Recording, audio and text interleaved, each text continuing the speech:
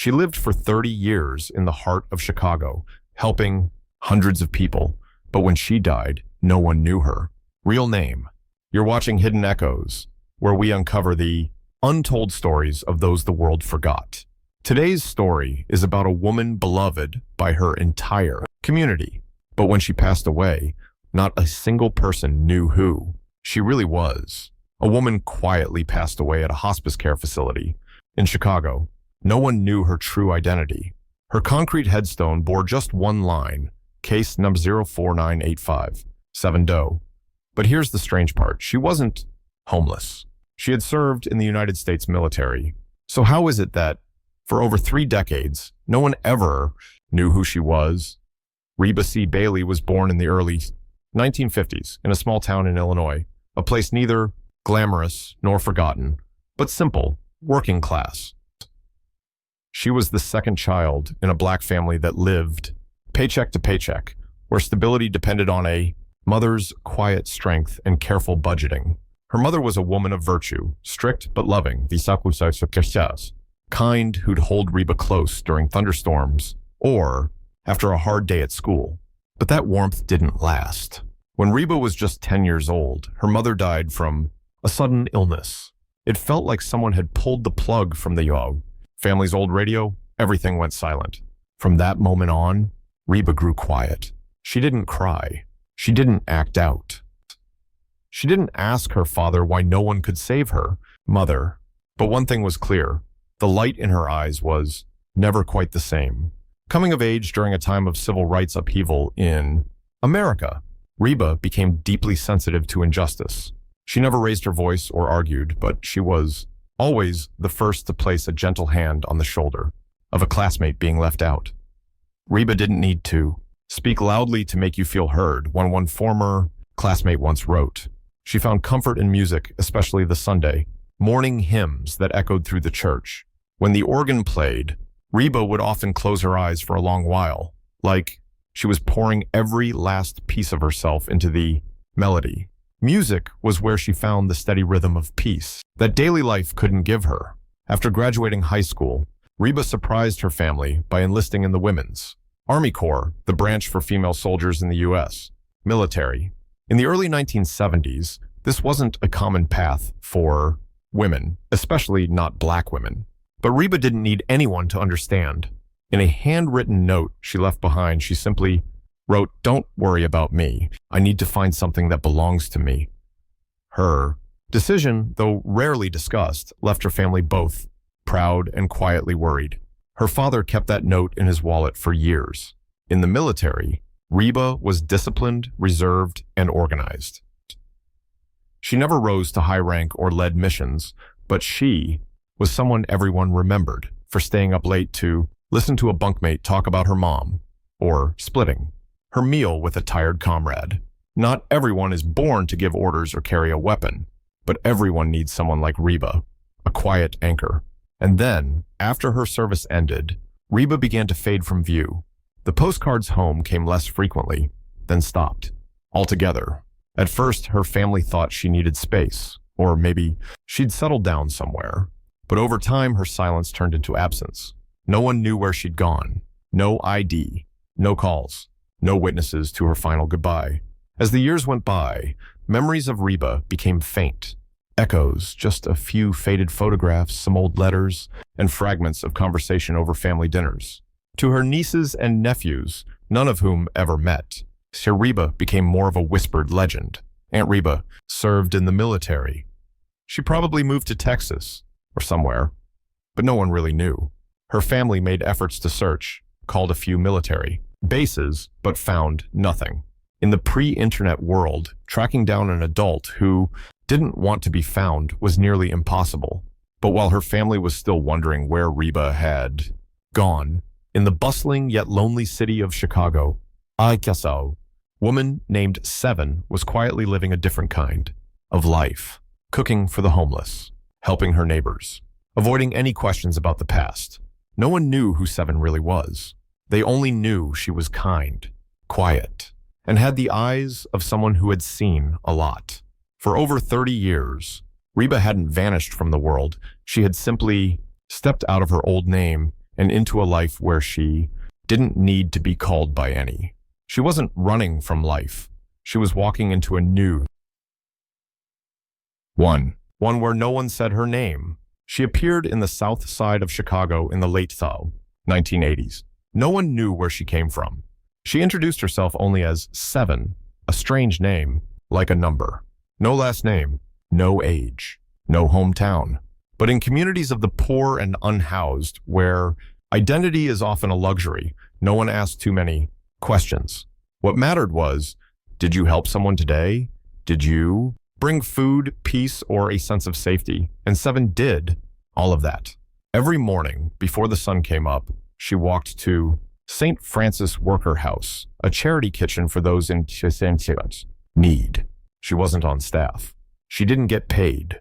She simply walked into the kitchen, washed her hands, and started cooking like it was sacred work. She knew every regular by name, who had diabetes, who needed less salt, who hated tomatoes. But no one knew her name. They just called her Seven. People who lived nearby remembered her as calm, soft-spoken. She always wore a knit cap and a long coat, no matter the weather. Her hair was tucked away, and her eyes were always cast down. Some guessed she used to be a teacher. Others thought she might have been in the military. There was one story that became legend in the Gaza neighborhood. One day, a drunk man came in and started yelling, breaking things in the kitchen. Everyone froze. Everyone except Seven. She didn't say a word. She just placed a hot bowl of soup on the table in front of him and looked him in the eye. The man sat down in silence. That story was told and retold like a quiet myth about a woman who could calm the world, not with force, but with presence. Seven left no trace, no ID, no social security number, no official records. When she absolutely had to provide a name, she wrote Seven Doe, or just Seven. Healthcare workers who treated her said she was cooperative and polite, but always redirected the conversation when asked about her past. One nurse once commented that she looked like someone who'd served in the military. Seven just smiled and changed the subject. Her hospital files were nearly blank. Some listed her gender as male, others as female. Doctors weren't sure which was correct, and she never offered clarification. No one remembered her ever giving the name Reba, or any name at all. But what stood out was she wasn't hiding from the law. She wasn't unstable or dangerous. She lived with quiet dignity. She gave to the community. She never caused trouble. It was as if she existed on the edge of the world, present enough to be real, distant enough to never be held. A friend of hers once said, Seven was like a morning shadow, clearly there, but the closer you tried to get, the more she faded. For 3 decades, she was a living mystery in the heart of Chicago. No one dug too deep. Maybe because everyone believed she was exactly who she chose to be. In the winter of 2015, Seven's health began to decline. She was taken to a hospice facility. Even in her final days, she kept waking up early, still asked about others, still tried to smile, even as her body gave out. When she passed away, no family came, no funeral, no one to identify her. The authorities buried her as an unidentified person and gave her a case number 04985. On the death certificate, her name was listed as Seven Doe. That was the first and the last time that name ever appeared in an official document. But there was one thing the morgue staff noticed. Her body bore none of the typical signs of chronic street life. No scars, no injection marks, no long-term injuries. Her clothes, though old, were clean, washed, and carefully mended. She may have lived without a name, but Seven carried a presence that defied every category.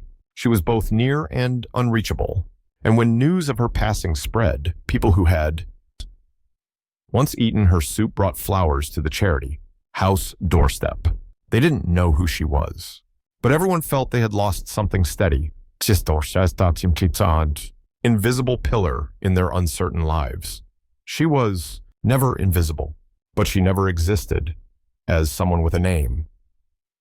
When the name Seven Doe appeared in an internal bulletin from the Chicago Police Department, no one expected the case would unravel into a long string of contradictions. Those who had known Seven, even just as temporary, neighbors, fellow volunteers, or someone who once sat beside her at a cheap diner, each had a different story.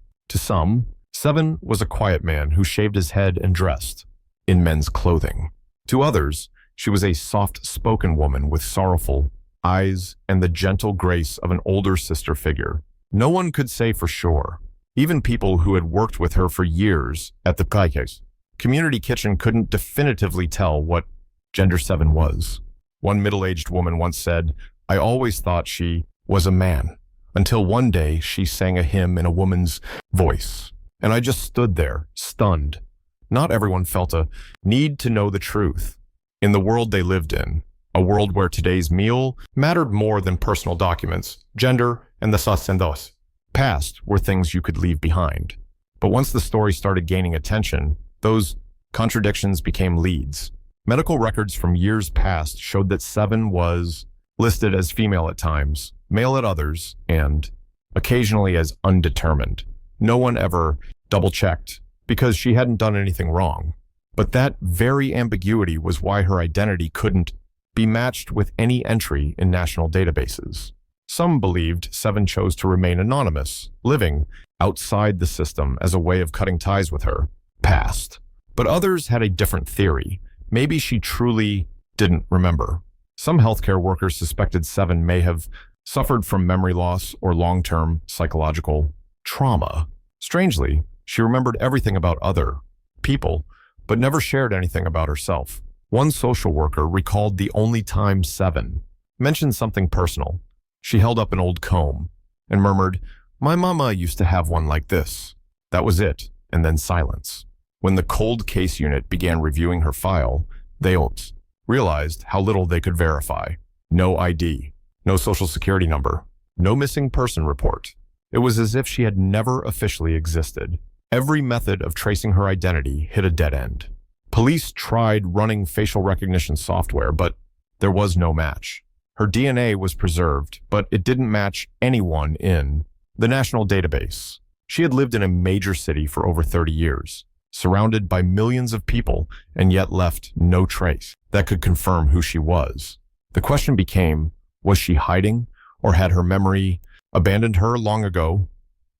In 2022, an independent investigation was launched by a volunteer group, specializing in identifying unknown victims, people like Seven. In collaboration with the Cook County Sheriff's Office, the team began tracking down witnesses who had lived alongside Seven for years. One of them was Dorothy Jenkins, who had shared a shelter with Seven for 5 years. When asked about her, Ms. Jenkins answered slowly, "I never asked her name. She was Seven, that was it. But one time, I saw her writing something in the corner of a newspaper. When I looked, it was the letter R. Then she crumpled the paper." From that moment, investigators began to suspect that Seven's real name might have started with an R. Another theory emerged. Maybe she once had a clear identity, but due to some past trauma, chose to erase every trace. A personal war, a shock, a deep sense of not belonging anywhere. In one hospice staff note, a worker wrote, "Seven never said where she was from, but every time someone mentioned the state of Illinois, she'd pause for a few seconds, then change the subject." Now, we return to that moment, but this time through the voice of her neighbor. In June 2023, nearly 8 years after Seven's death, a preserved DNA sample from her forensic records was finally sent to a cold case investigation team that specializes in using advanced genetic technology to identify the unknown. This team doesn't work because the law demands it, but because they believe everyone deserves a name, even after they're gone. Seven's DNA was compared against public family trees and genetic genealogy databases. Among millions of records, the system eventually returned a match linked to a woman named Sharon Bailey living in Alabama. Sharon turned out to be the niece of Reba C. Bailey, a woman who had once served in the U.S. military and disappeared from all contact in the late 1970s. The discovery left the investigation team stunned. After years of dead ends, the name Reba Bailey surfaced as both an answer and a new question. Why had Reba lived for 30 years without using her own name when contacted. Sharon broke down in tears at the mention of 7. She had never met her Aunt Reba in person, only heard stories passed down through the family. But when she was told about a humble black woman who helped others, lived simply, and sang hymns often, Sharon was certain, that's Aunt Reba. No one else lived like that. When her identity was confirmed, Reba's family, who had long assumed she must have died somewhere far away, could hardly believe what they were hearing. For decades, they had spoken of her with both sadness and lingering doubt. Maybe she really did choose to cut us off. They never imagined she was still alive, much less living in Chicago, among the cities. Poor, known only as 7. Reba's youngest sister, now nearly 80, trembled as she touched the photo of 7 on a screen. That's her, she whispered. But why didn't she ever come back? That question lingered through the rest of the investigation, and it's a sorrow no one can answer. Some in the family believe Reba suffered emotional trauma after her time in the military. Others think something happened that was too heavy for her to carry back home. But they all agreed on one thing: she never stopped being kind, never stopped being herself. She just lived under a different name, in a different form. The revelation of 7's true identity drew attention far beyond Chicago. National news outlets began covering the story of a woman who had served in the military, vanished for 3 decades, lived without a name or identity, yet left a lasting impact on hundreds of lives. And though she now had her name back, people remembered her by both Reba for the past she left behind, and 7 for the life she chose to live. At a memorial service hosted by the St. Francis community, dozens of people gathered with candles, flowers, and handwritten notes. An elderly man in worn-out shoes, when asked why he came, simply said, "I didn't know her name, but she was the only one who ever remembered I was allergic to onions."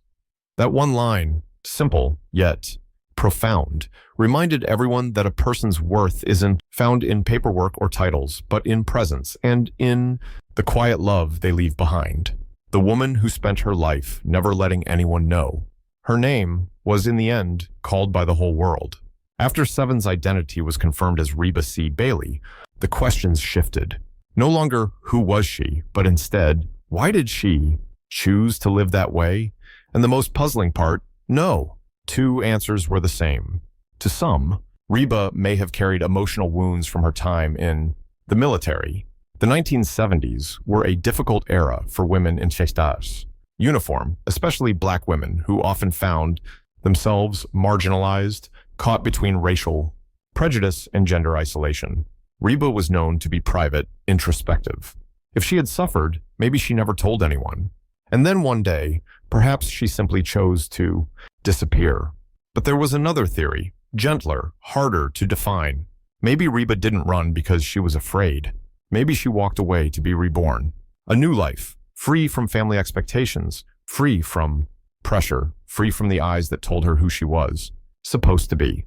The name 7 might not have been about order at all. It might have been a symbol. Across many cultures, the number 7 represents completeness, renewal, even divinity. Maybe she didn't choose that name randomly. Maybe it was a quiet declaration. I'm still myself, just no longer defined by anyone else. When her family heard this theory, their emotions were mixed. Part of them felt heartache, because if it were true, it meant Reba had walked away by choice. But they also understood not everyone fits into the SSS frame of family life, and not everyone wants to explain their decisions. One of Reba's nieces, when interviewed, spoke softly. She didn't abandon us. She just chose to live without asking permission. What disturbed those following Reba's story most wasn't that she disappeared, but how easily society let her. For 30 years, a woman who had served her country, who had family, who touched lives with kindness, lived like a shadow in one of America's largest cities. And not a single system noticed. No alert. No missing person report. No agency knocking on doors asking, who is this woman? And when she died, there were no bells. She was buried in an unmarked grave under a case number. Had it not been for a team of volunteer genetica investigators, she might have remained there. Forever, nameless, unspoken, unknown. That reality weighed not only on her family, but on all of us. Because it forces us to ask, how many more sevens are out there? People who go unnoticed, unnamed, or simply never asked about? So why did the name Reba only get spoken 9 years after she died? That's when Reba stopped being just a character in a story. She became a mirror, reflecting the society we live in. A world where quiet people who don't cause trouble, who don't demand anything, can be forgotten so easily.